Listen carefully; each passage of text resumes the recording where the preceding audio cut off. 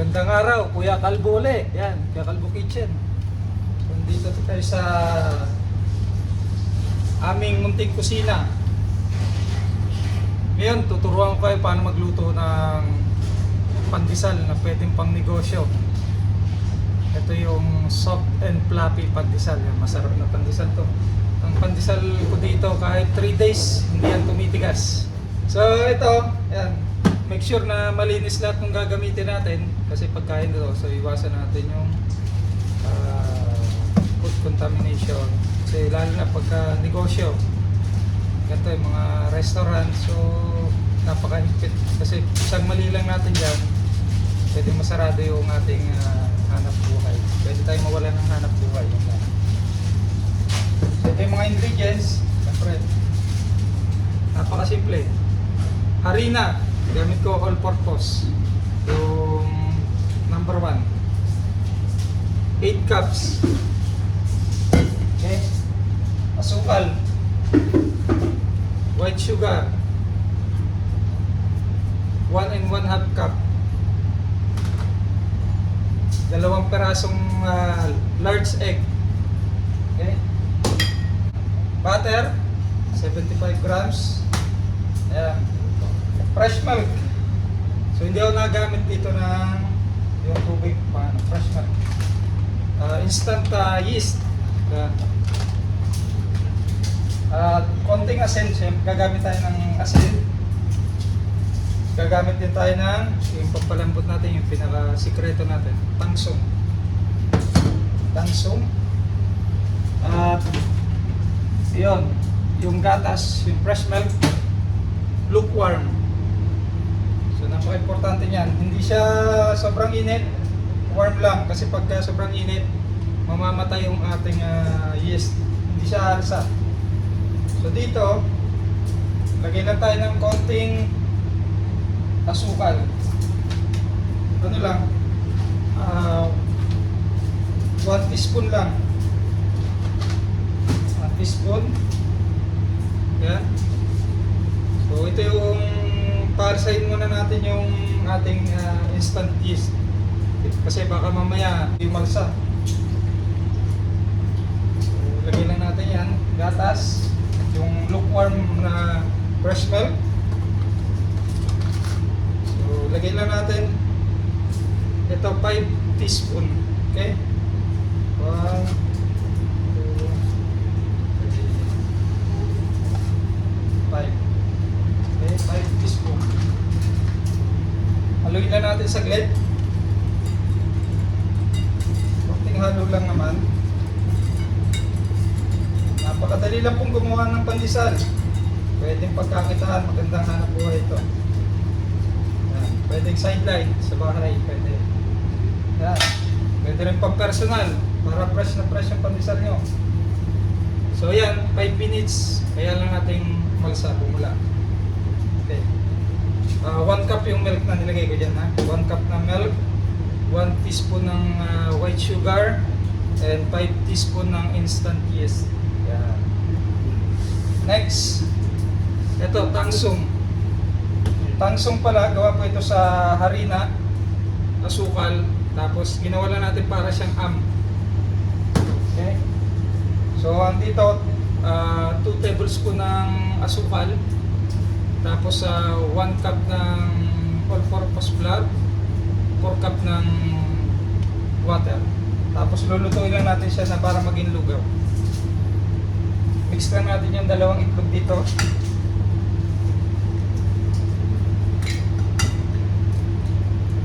Yun. Paluin lang natin. Ito, classic pandesal yung gagawin ko. So, pares lang ng base. Gumagawa din ako ng cheese at saka ube. Yan, kung gagawa din kayo ng ibang flavor, chocolate, strawberry. Pares lang. Kaya itong classic yung pinapakita ko para ito yung pinaka-basic. Okay. So, ganyan lang. Para siyang lugaw. Tanso. Yan yung magbibigay ng lambot sa ating pinapay. Next, itong dry. So ito na yung ating 8 cups na flour. dadagdag lang natin yung 1 half cup na white sugar. Maglalagay lang tayo ng 1 teaspoon ng salt, iodized salt. Ito, half teaspoon itong isang ano, so dalawa. Ayan. So napaka-crucial, napaka-importante ng asin sa pagbe-bake. Akala, kahit konti lang yung nalalagay natin, napakalaking impact yan sa ano, sa baking. Ayun ang pagbe-bake kasi dito gaya ng normal na luto na pagka may kulang pwede kang magdagdag, pwede magbawas dito. Once na na-mix mo na siya, wala na. Pagka may kulang kang nilagay dito, supply na yun. So ang asin, pagka kulang ka sa asin o hindi mo nalagyan, aalsa siya ng sobra, parang magbubula siya, parang magiging pong. Pagka sumobra ka naman sa asin, hindi naman siya aalsa, bibigat. So yun, papatayin niya yung pambalsa mo yung yeast. Next, halo lang natin ito ang ating tangsum.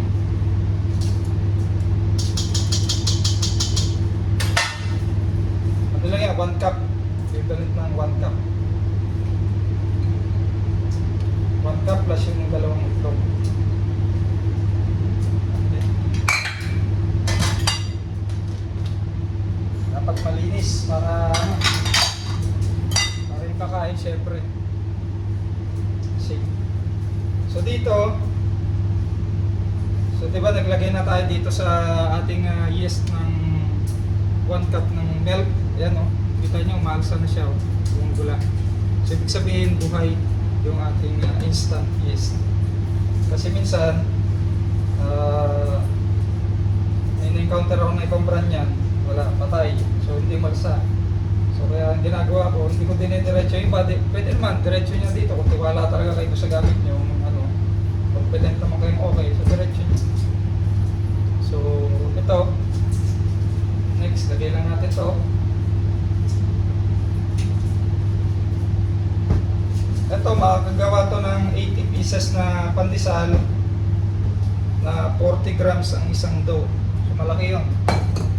Normally sa Pilipinas, 25 grams lang ang dough. So ako tinitimbang ko. Dito sa akin, 38 to 40.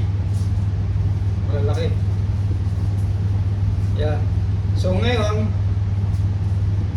nagdadagdag ako dito ng gatas na hindi lukewarm, yung fresh milk lang.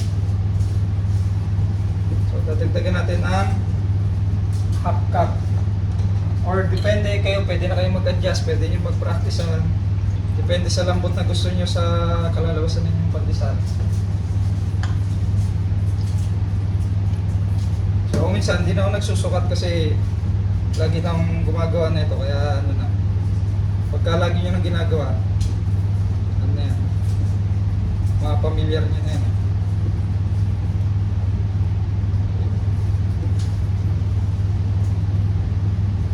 Okay.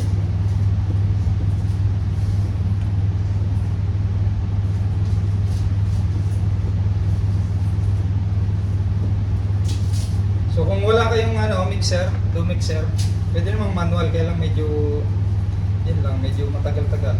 Pagka nag-manual kayo, baka minimum 30 minutes bago nyo mapapinis. Depende pa yun sa kung paano nyo masahin.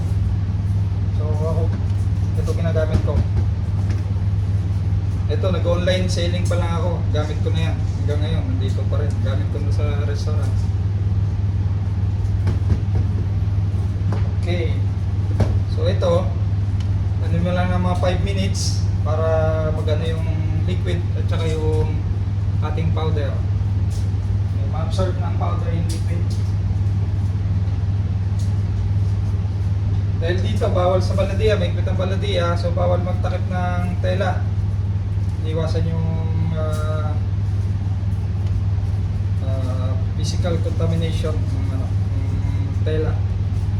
Baka may malaglag kasing tela din sa yung mga himulmol. So gamit ko cling wrap. Takpan natin.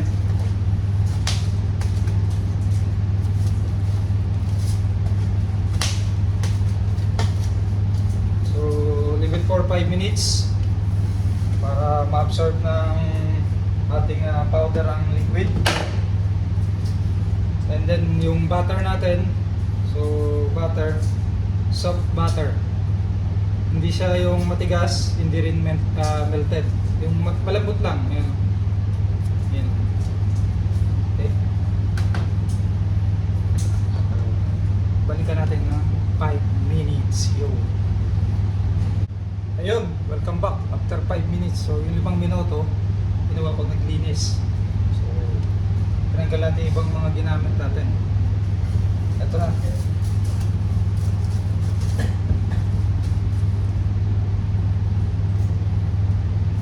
Yung dalawa, seryoso. Nagbabalat ng ano, ayun oh, ng bawang oh, kaway-kaway. Reds! Hello! Sila yung kasama ko ngayon.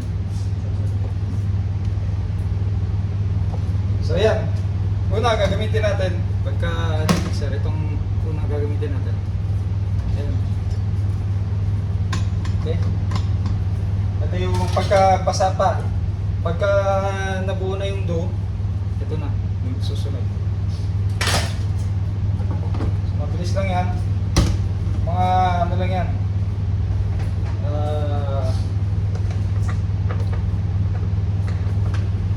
Kahit mga 10 minutes. Ito naka-on.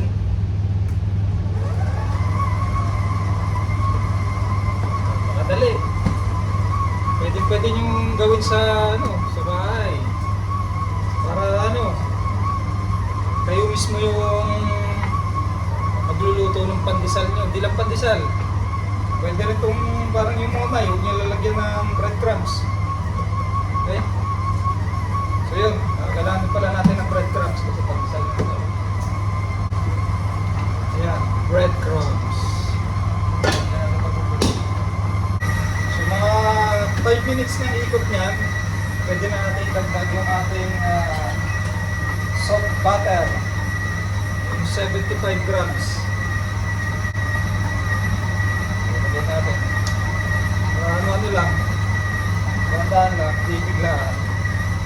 Para lahat nalalagyan.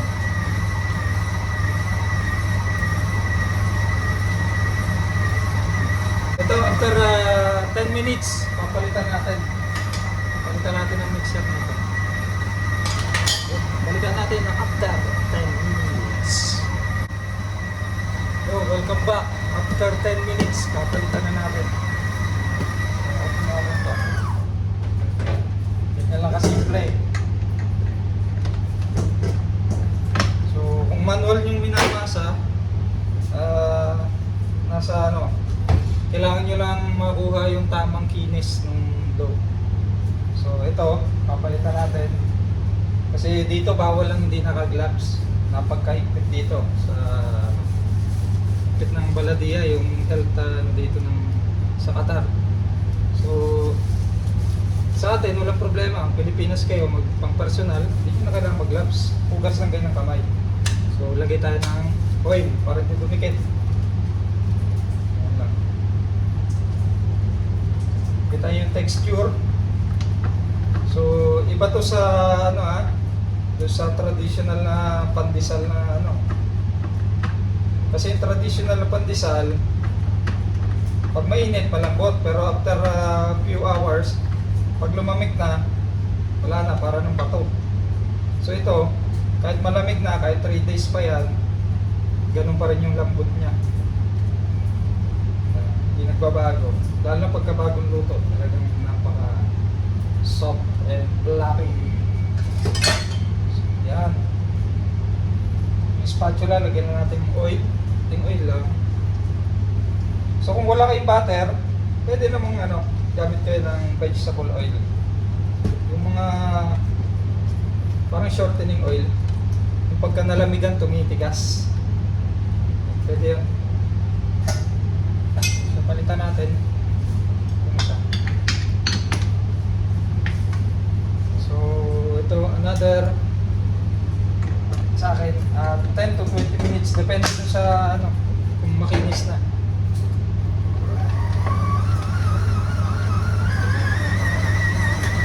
Ayan, ilalagay natin dito.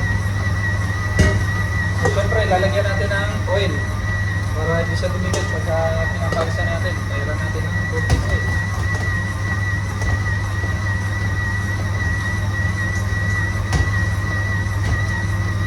Yan lang. Para hindi dumikit pag pinapalisan.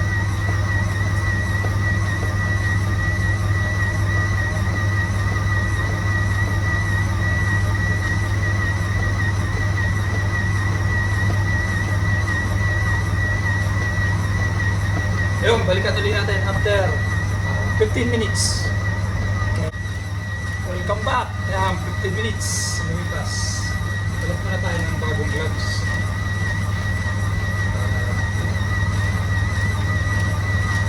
Ayun, yung mga oras na habang nag-iintay ka dito, pwede kang gumawa ng ibang trabaho.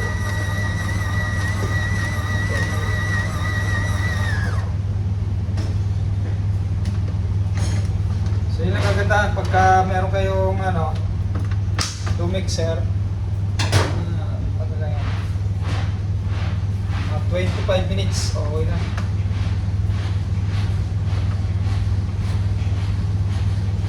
Lagay lang kayo ng oil. Galit lang galit. Okay, ito.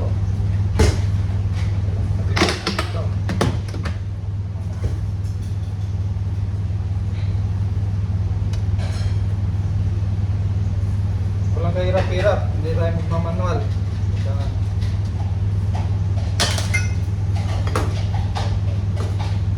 Spatula, lagyan natin ng konting oil at hindi dumikit.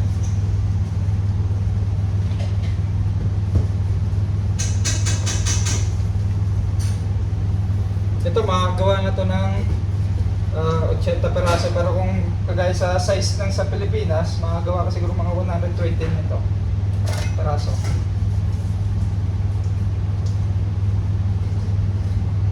Diba? Oh. Dapat ganyan kakinis.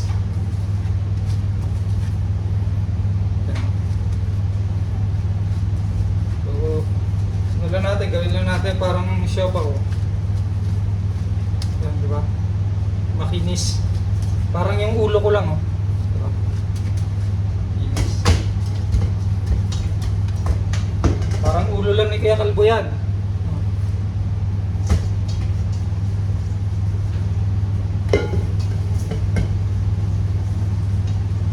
Yan.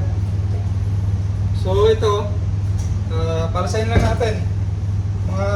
Itong mixture ko, mabilis umalsa to eh. So 30 minutes, alasado na to. Or depende sa depende sa temperature ng lugar nyo, yung paggagawa nyo. Kung mas mainit, mas mabilis umalsa. Kung malamig naman yung area nyo, yan, medyo matagal umalsa yan. So may rin ako dito, pagka taglamig, ngayon taginit kasi kaya dito ko na siya pinapaalsa sa labas, sa room temperature. Pero pagka taglamig, may teknika ko na ina-apply dyan para mabilis pa rin siya umalsa kahit malamig ang panahon. Ayan. Siguraduhin nyo lang na takpan nyo. Kung wala kayong cling wrap, pagka pang personal naman, pwede naman tayo lang katsa.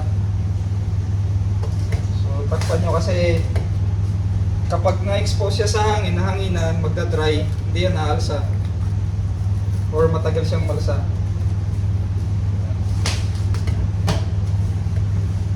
So leave it for 30 minutes yan, or depende dun sa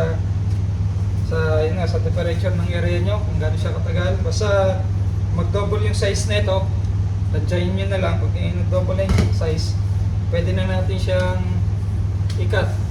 Pwede natin i-portion, depende doon sa kung gaano kalaki ang gusto nyo. So, ang dyan sa atin sa Pilipinas, 25 grams to 30 grams. Yung parang yung mga size, maliliit yung pandesal sa atin. So, sa akin, 38 to 40. Yun. Balikan natin after 30 minutes pag umalsa na yan. Yun. Naisip ko nga, habang hinihintay ng pinapalasa itong pang classic pandesal, so So bakit hindi na rin gumawa ng ube pandesal? So gagawin natin ngayon, classic cheese ube. So habang naghihintay, sayang yung oras eh. Wala pa naman ang order. At saka para hindi rin kawawa yung tagahugas natin. So pwede pa natin gamitin yung mga ginamit natin, yung mga lalagyan. So ganun din.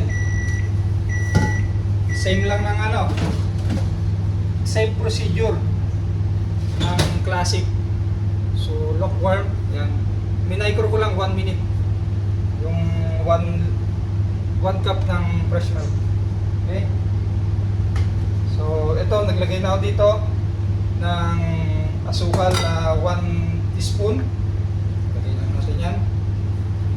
Okay. Tingnan natin. Yan, nag-ready na rin ako ng asukal, 1 and 1/2 cup, 75 grams ng butter, melted butter. Okay. Not melted, soft butter. Yung ating special secret tangsung. At ang dalawang itlog. Huwag kakalimutan maglagay ng itlog pag nag-bake ng pandesal. Siyempre, ang ating all-purpose flour. Yan. Ito, lalagyan muna natin ng yeast, yung ating fresh milk. Doon din, 5 din. 5 teaspoon. Mix natin ng konti. Yan. Ito yung lagi nating unahin bago yung dry. Kasi ito, 5 minutes nating ibababad muna yung yeast doon sa fresh milk para makita natin buhay yung ating instant yeast. Okay. Next. Lagyan muna natin ito. Ito na. Lagay ang asukal. 1 and 1/2 cup. Huwag kakalimutan ang asin. Okay. Ito, meron na tayo ito ng gamitin ko. 1 teaspoon. Okay. Huwag susobra, huwag lalabis at sasablay ang inyong tinapay. At huwag din susobrahan ng alsa at aasim ang inyong tinapay. Pag sobra sa alsa, maasim. Okay. So yung dry, mix muna natin. Same procedure kanina. So pinagkaiba lang nito, ito, hahaluan natin ngayon ng ube flavor. Bukod pa yung halayan na ipapalaman natin dyan. So lalagyan din natin yung dough natin para mag-flavor ube siya at saka mag-kulay. So gagamit tayo ng, depende doon sa available sa area nyo, kung anong available. Dito, meron dito, medyo mahal lang. Pero itong gamit ko galing pa ng Pilipinas. Yan. Yan, depende sa kulay na gusto nyo. Pero ito, pwede nyo sukatin. Lagay kayo ng 4 teaspoon. Pero ako hindi na. Kasi memorize na yan. Okay. Ito yung tinatawag kong mata-mata. Mata-mata lang, tingin-tingin lang. Pag lagi mo na niluluto, tingin at amoy mo lang. Okay na.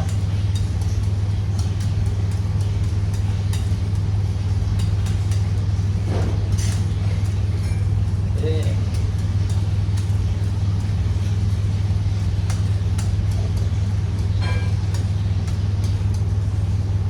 Kita nyo? Ayan na. Ngayon, ihahalo lang yan natin dito sa ating powder. Okay? Halo lang natin siya dito. Sakit lang, may natamot. Hindi na tayo.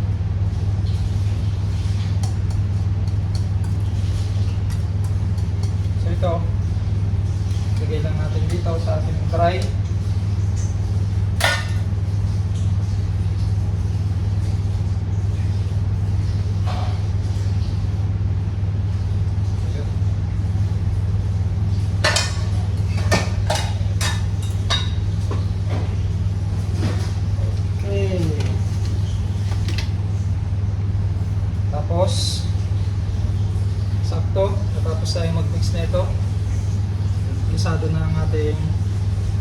instant yes. Lagyan na rin natin yan. Ganun ang kadali.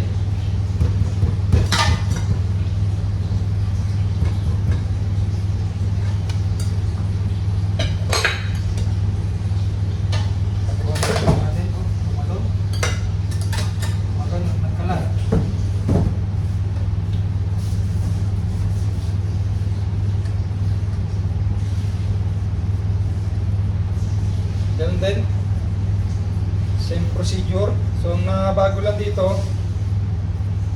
lalagyan natin ng ube flavor yung ating dough. Para ito sa ube pandesal, yung may palaman na halaya. So same procedure, dagdagan lang natin ng half cup fresh milk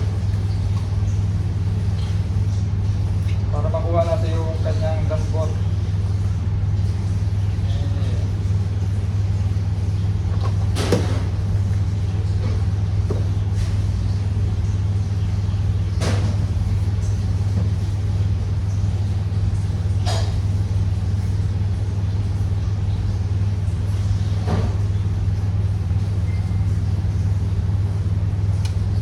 For 5 minutes para ma-absorb ng ating dry ingredients yung liquid. 5 minutes, pwede ka mag-housekeeping.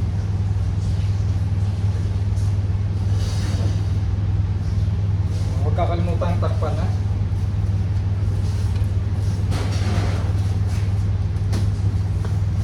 Okay. Tayo ng after 5 minutes. Welcome back. So, salang na natin. Napakasimple eh. So, ngayon, tatlo yung sa isang video lang, tatlo na agad ang tututunan nyo. Okay. Yan. So, ganun din. 10 minutes sa unang halo. Okay. Tapos 15 to 20 minutes dito. So total 10 minutes. Welcome back. 5 minutes. Lagay uli natin ang ating soft butter.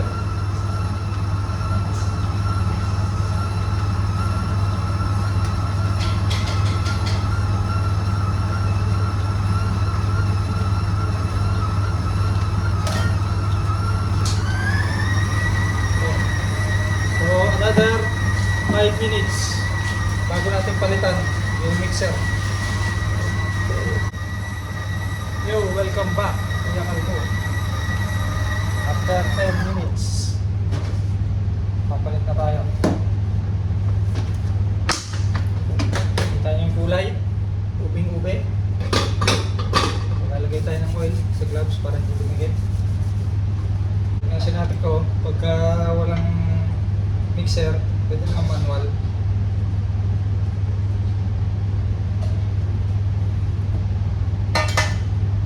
Kaya lang itong mixing ko ng pandesal na to, medyo mahirap siyang gawin sa manual kasi ano to eh, medyo basa.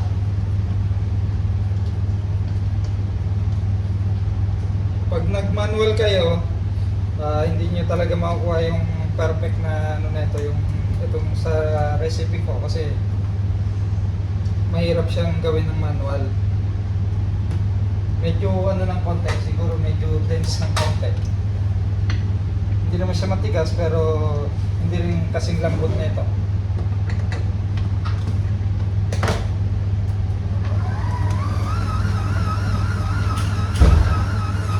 Pero pagka gusto nyo lagi kayong may tinapay sa bahay nyo, laging fresh yung tinapay na kakainin nyo, pwede kayo bumili na ito, mag-invest kayo. Siguro baka mga nasa 3,000 to sa peso. Sa ano to eh, kulang-kulang nasa 300 reals to eh. Kulang-kulang 5,000 pala. Baka may mas murang brand sa atin. Pagka hindi naman maramihan yung gagawin niya, tatagal naman yan. Kasi ito, ano na to? Magto 2 years ng gamit. Gulpe pa yan, gulpe. So yan, balikan na natin ito na after 20 minutes. So yan, tapos na. Natin. Pag-sign na natin, lipat natin. Diba?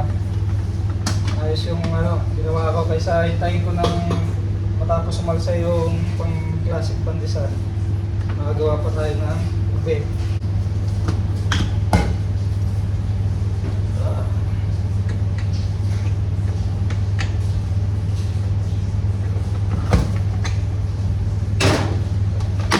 Para maluwag.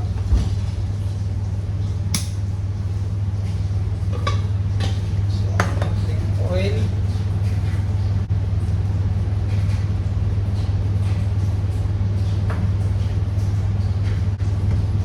So dito ko ilalagay.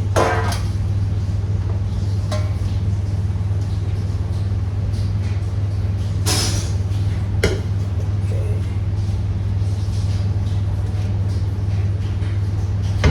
So yan. Yun yung pang-ubi pandesal. Ganun din, ito makagawa to ng ano, dito sa akin, 80 pieces.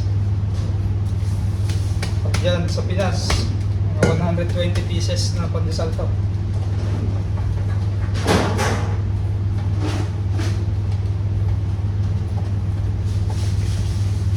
So, ganun din, palasahin lang natin ng mga 30 minutes. Depende sa temperature sa area niya. Pag may proofer kayo, mas mabilis siya. Yun yung ginagawa ko. Pagka ano, pag malamig yung panahon, so sasalang ko yung proofer ko.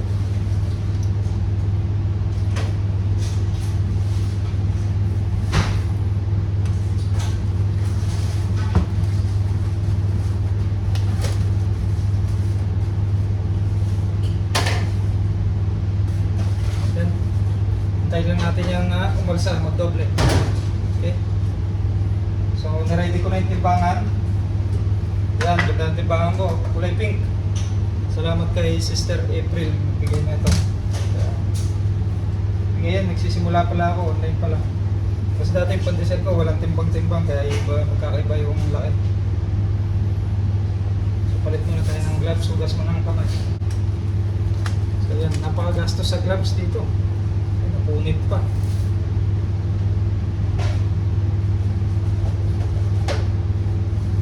Mahal pa naman ng gloves. Ano to eh, 12 real, so mga 150 pesos isang pack, so 100 pair. So maya kami palit ng gloves. Kasi bawal talaga dito pag nahuli. Ito, napakamahal na ito. 5,000 real pag nahuli ka, nagpe-prepare ng wala kang gloves, ganun katindi. 5,000 real, 70,000 pesos yun. Kaya yung benta mo ng ilang araw, mapupunta lang sa kanila sa penalty. Kaya dapat talagang maingat. Susunod tayo. Di bali nang gumastos tayo ng bili ng gloves. Huwag lang tayo huwag lang mape-penalty dito. Pero kagandahan nun, safety yung mga kakain. Kasi yan, mahigpit dito. Bawal ang mekos-mekos eh. So ito na, alsado na. Ganda diba? Kinis. Parang ulo ko lang talaga eh. Kinis. Diba? Yan. Natin ng konting oil para hindi dumikit. Yan.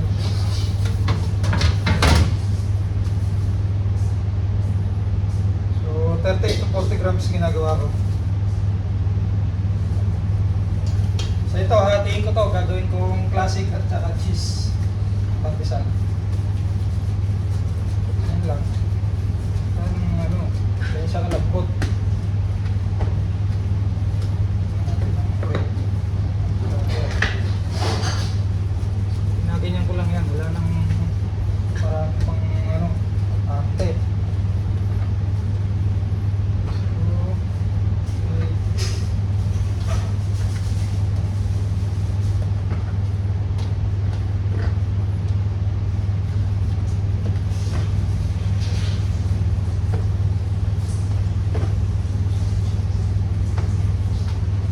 gaano siya kalambot to.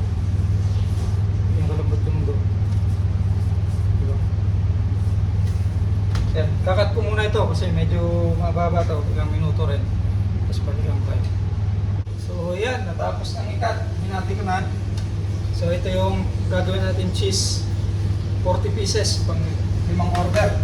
Kasi isang order ko dito, 10 reals, 8 peraso. Pero dinadayo nila tong pandesal dito. Dito lang matitikman yung ganito ka quality na pandesal. Ito, classic. Tikman natin itong mga to. So ito, dahil malambot to, hindi to pwede yung ginaganon. So hindi natin magaganon. Mahirap. So ang diskarte dito, kamay lang.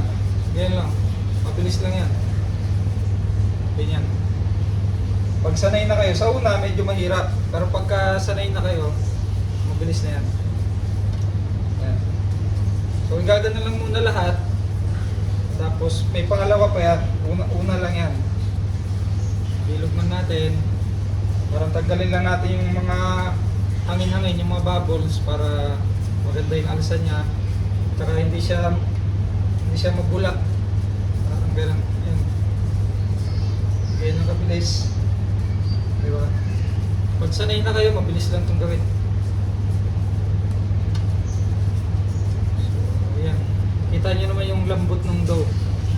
Kaya pagka naluto to, talagang tinatawag na soft and fluffy.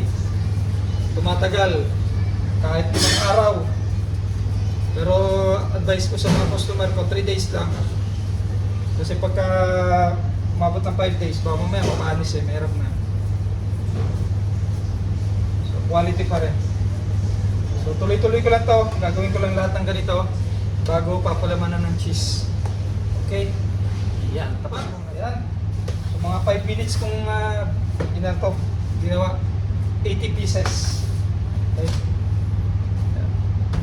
Slice ko na rin yung papalaman na cheese. So sliced cheese ang gamit ko dito. Yung cheddar. Parang sandwich sa cheese to eh. Masarap yan, malinamnam. So ngayon, ito na. Ayun na natin.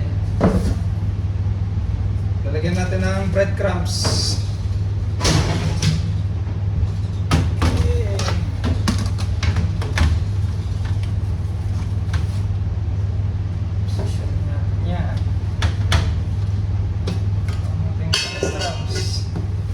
Napaka-simple. So ito na yung binilog natin. Pag-flat lang natin. Yan, maganda. Pagka maganda yung kanyang hindi na pupunit. Lalagyan lang ng cheese sa gitna. Okay? Tatakpan lang. Okay? Ikot-ikot ng konti. Tapos bagsak sa ating breadcrumbs. Yun, meron ka ng pandesal. Ganyan lang kasimple. So ito, bali 40 pieces na cheese ang gagawin ko. At yung kalahati gagawin kong classic. Ganyan lang, kabilis. Yun. Pagkakayong kuli kayo para hindi sayang yung oras. Para hindi masyado mahaba ang video. Tapusin ko lang to. Yun, welcome back. After mga 10 to 15 minutes. Tapos nasa ito yung cheese pandesal. Yan. Kagandahan pagka tinitimbang, pare-pares ng laki. Okay? Ito naman yung classic. Yan. Lagay ko muna dito sa loob ng oven para hindi siya mahanginan. Pakalsahin ko lang ito ng mga 30 minutes.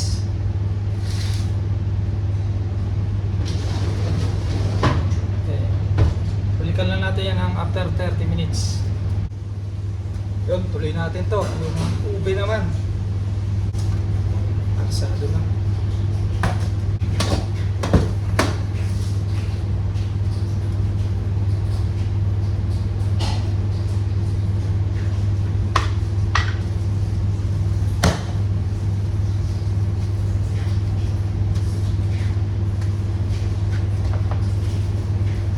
Tatlo agad natutunan nyo. Tatlong klase ng pandesal.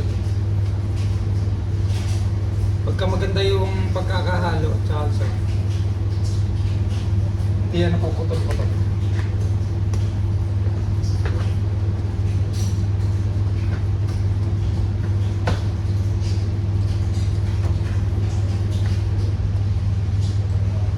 So yan. Kaya lang, ikakat lang din ng ganito. So pakita ko sa inyo para hindi umaba yung ating video.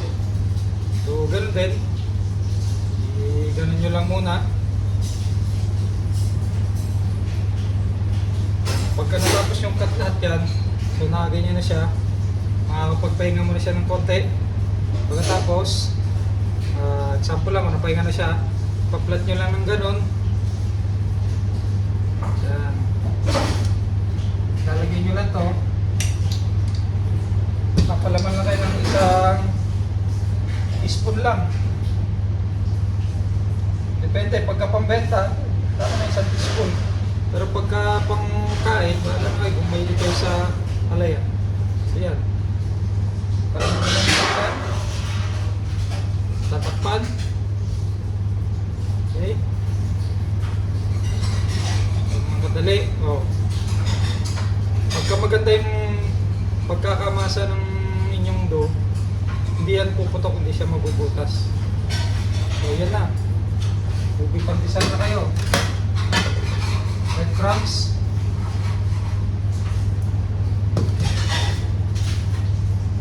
So bahasain na lang yan. Ganun lang. Ganun ka simple.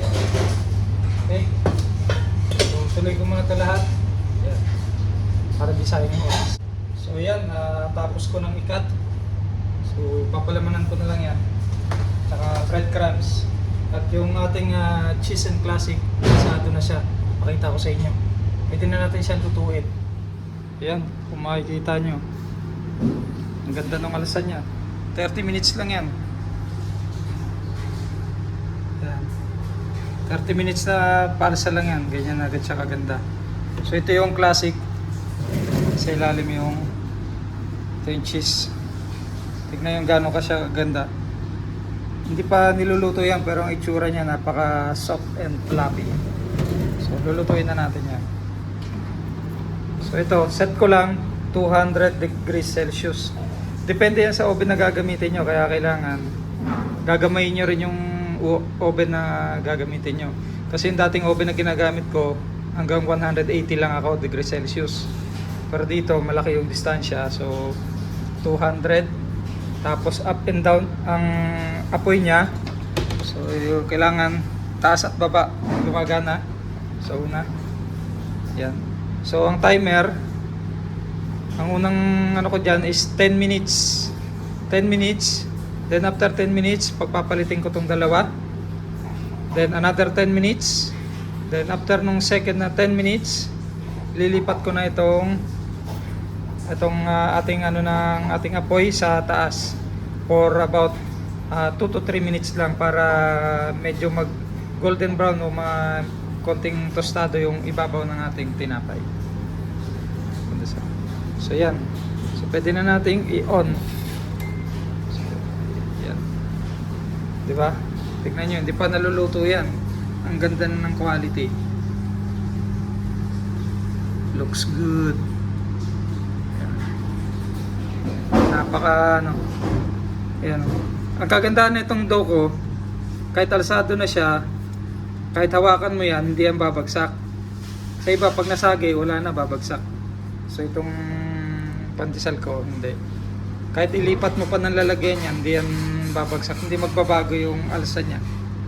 Yan, yan ang isa sa mga dyan, sekreto. Yan, balikan natin yan pagka maluluto na. Yan, 10 minutes na, papapalitin na natin. So, kita niyo naman yung pagkakaalsa niya. Maluto yan, pero ang ganda ng alsa. Ito yung cheese. Bababa lang natin yung classic. At itong ating cheese. Yan, nasa ibabaw. So ito yung nasa ibabaw ko na yung classic. Ito na yung cheese. Pagpalit natin 10 minutes ulit.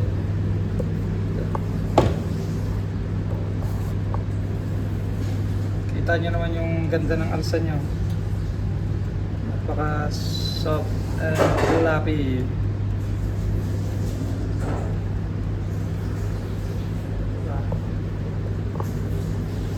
Okay. 10 minutes. So yan, tapos na yung second na 10 minutes. Gagawin ngayon, hindi na natin pagpapalit ito. Itong apoy lang, yung taas na lang. Tapos yung from 200 degrees Celsius, lipat-lipat lang natin ng 180. For about 2 to 4 minutes, depende dun sa kung anong gusto nyong pagkaluto. Doon sa ibabaw yung tosta niya. So yan. So sa akin, mga 3 minutes, mga ganun. Ayan. Ang ganda.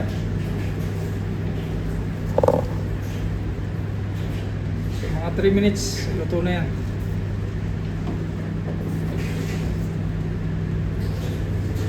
So ganun lang din sa, sa ubi pandesal. Ganun lang din yung gagawin. 3 minutes na. Sa akin, okay na to. Sa inyo, depende kung gusto niyo ng tostado. Dagdagan niyo ng mga 1 minuto, 2 minuto. Freshly baked. Ayan. Ganda. Ayan. So ito na yung luto natin. Cheese pandesal. Ayan. Ganda. Kuha tayo. Tignan nyo kung gaano ka laki yan. Yung lambot niya.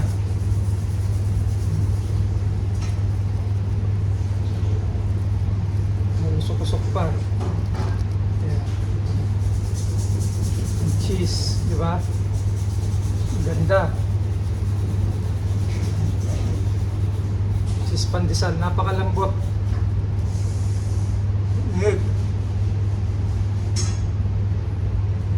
Usok-usok pa. Pwede yung gawin sa inyo, bahay. Pang personal. Pang negosyo. Ganyan siya ka soft and fluffy. Napakasarap.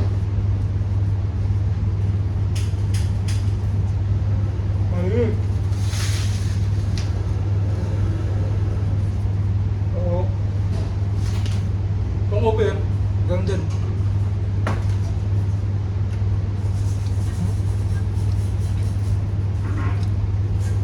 Kahit 3 araw yan, 3 hanggang 5 araw, hindi yan titigas.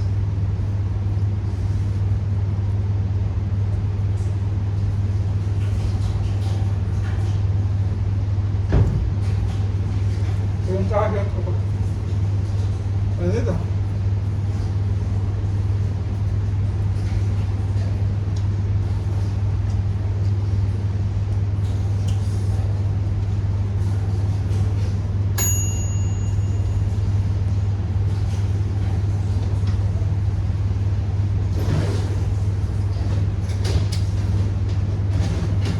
Yung classic, luto na rin.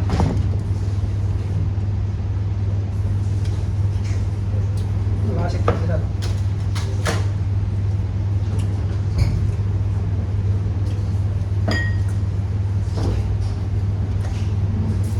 Okay, para medyo maluwag. Testing tayo na isang classic. Ha? Classic pandesal. Malaki. Kung gaano ka kalambot yan. Diba?